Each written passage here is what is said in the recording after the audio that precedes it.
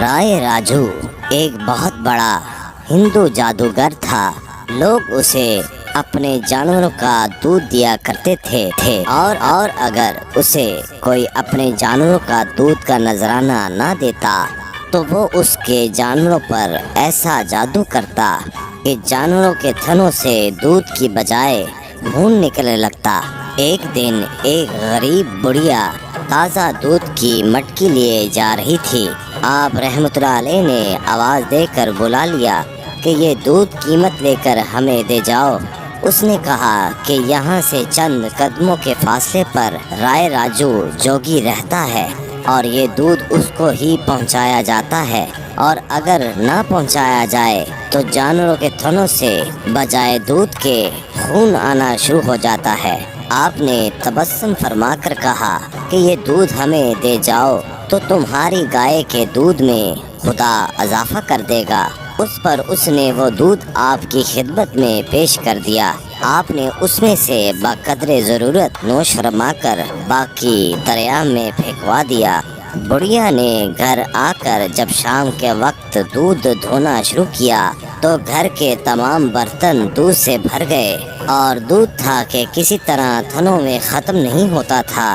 جب اس بات کی خبر اس کے ہمسایہ دیہاتوں کو ہوئی تو دوسرے دن وہ بھی اپنی اپنی دودھ کی مٹکیاں لے کر آپ کے حضور میں حاضر ہوئے۔ آپ ہر ایک کی مٹکی میں سے تھوڑا سا دودھ لے لیتے اور باقی دریا میں پھینکوا دیتے۔ اس طرح ان سب کے مویشیوں کے دودھ میں بھی افزائش ہوتی چلی گئی اور تمام گرد و نواح سے دھرا دھر دودھ آنے لگا۔ اب لوگوں نے رائے راجو جوگی کے پاس جانا چھوڑ دیا۔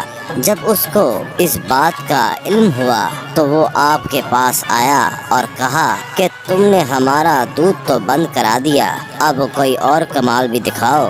آپ نے فرمایا، میں کوئی شعبدہ گر نہیں بلکہ اللہ کا ایک عاجز بندہ ہوں، اگر تم میں کوئی کمال ہے تو دکھاؤ۔ چنانچہ اس نے اپنے کئی کرشمے دکھائے، جن میں سے آخری یہ تھا کہ وہ ہوا میں اڑنے لگا۔ آپ نے اپنا نالین اس کی طرف پھینک دیا جو ہوا میں اڑنے لگا، جو ہوا میں اڑتے ہوئے اس کے سر پر زور زور سے پڑنے لگے اور اس کو زمین پر لے آئے۔ نتیجہ یہ ہوا کہ وہ واپس آ کر آپ کی خدمت میں پہنچا اور آپ کے ہی دست مبارک پر اسلام قبول کیا اور آپ ہی کے ساتھ رہنے لگا۔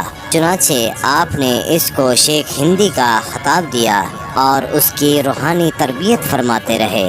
وہ بھی آخری دم تک آپ کے نہایت ہی مخلص مریدوں میں شامل رہا، اور اب اس کی اولاد ہی حضرت کے روضہ مبارک کی مجاورت کر رہی ہے۔